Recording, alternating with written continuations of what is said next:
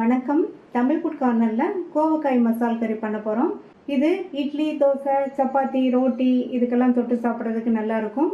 சூடான சாதத்தில் போட்டு பிசைஞ்சு சாப்பிட்றதுக்கும் சூப்பராக இருக்கும். இப்போ இந்த டிஷ்ஷை எப்படி பண்ணுறதுன்னு பார்க்கலாம். இது வரைக்கும் நம்ம சேனலை சப்ஸ்கிரைப் பண்ணாதவங்க சப்ஸ்கிரைப் பண்ணிவிட்டு பக்கத்தில் உள்ள பெல் பட்டனையும் கிளிக் பண்ணிக்கோங்க.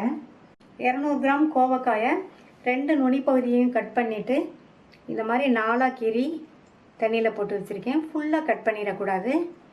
ஸ்டவ்வில் பேன் போட்டிருக்கேன்.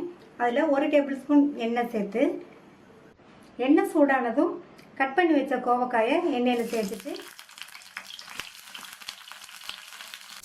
இந்த கோவக்காய்க்கு தேவையான அளவு உப்பையும் சேர்த்து வதக்கிக்கணும். உப்பு வந்து 1/2 டீஸ்பூன் உப்பு சேர்த்துருக்கேன்.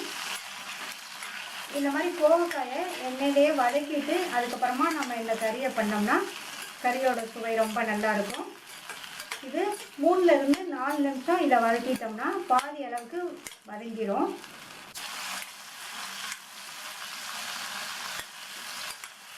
மூடி வச்சிடலாம்.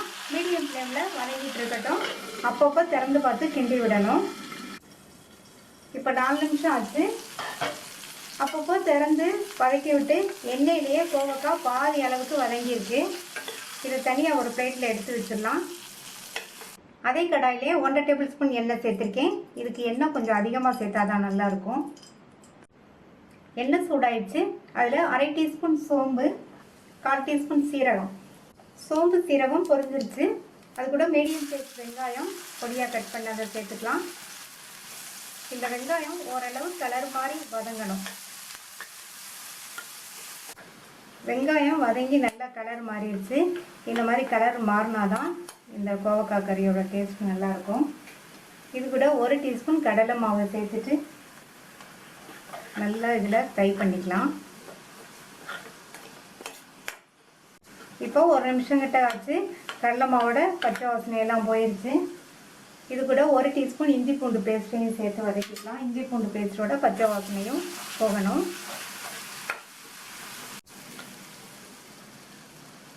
இந்த மாதிரி இஞ்சி பூண்டோட பச்சை வாசனை போனதுக்கப்புறமா அது கூட 1/4 டீஸ்பூன் மஞ்சள் தூள், 1 டீஸ்பூன் காஷ்மீர் சில்லி பவுடர் சேர்த்துருக்கேன். காஷ்மீர் சில்லி பவுடர் வந்து அவ்வளோவா காரம் இருக்காது. 1/2 டீஸ்பூன் தனி மிளகாத்தூள் சேர்த்துருக்கேன். 1 டீஸ்பூன் கொத்தமல்லி தூள். இது எல்லாத்தையும் எண்ணெயிலேயே ஃப்ரை பண்ணிக்கலாம். இந்த மசாலா தூள்லாம் எண்ணெயிலேயே வதங்கி அதனுடைய பச்சை வாசனை போயிடுச்சு.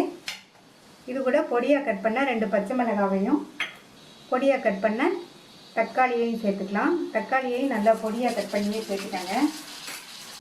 நான் சேர்த்துருக்கிறது மீடியம் சைஸ் தக்காளி 1.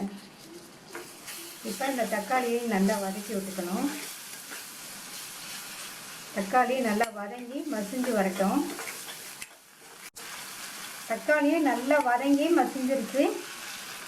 இது கூட 1 டேபிள் ஸ்பூன் தயிர், ஃப்ரெஷ்ஷான தயிர் சேர்த்துக்கோங்க. புளிப்பில்லாத தயிர் சேர்த்துக்கோங்க. அடுத்து 1/2 டீஸ்பூன் கசூரி மேத்தி இலைகளை இந்த மாதிரி கசக்கி சேர்த்துக்கலாம். இதையும் நல்லா வதக்கி விட்டுக்கணும்.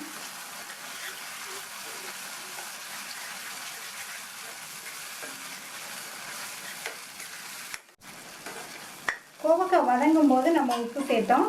இப்போ இந்த மசாலாவுக்கு மட்டும் 1/2 டீஸ்பூன் உப்பு சேர்த்து நல்லா மிக்ஸ் பண்ணி விட்டுட்டு இதில் 1/2 கப்போட தண்ணி சேர்த்துக்கலாம்.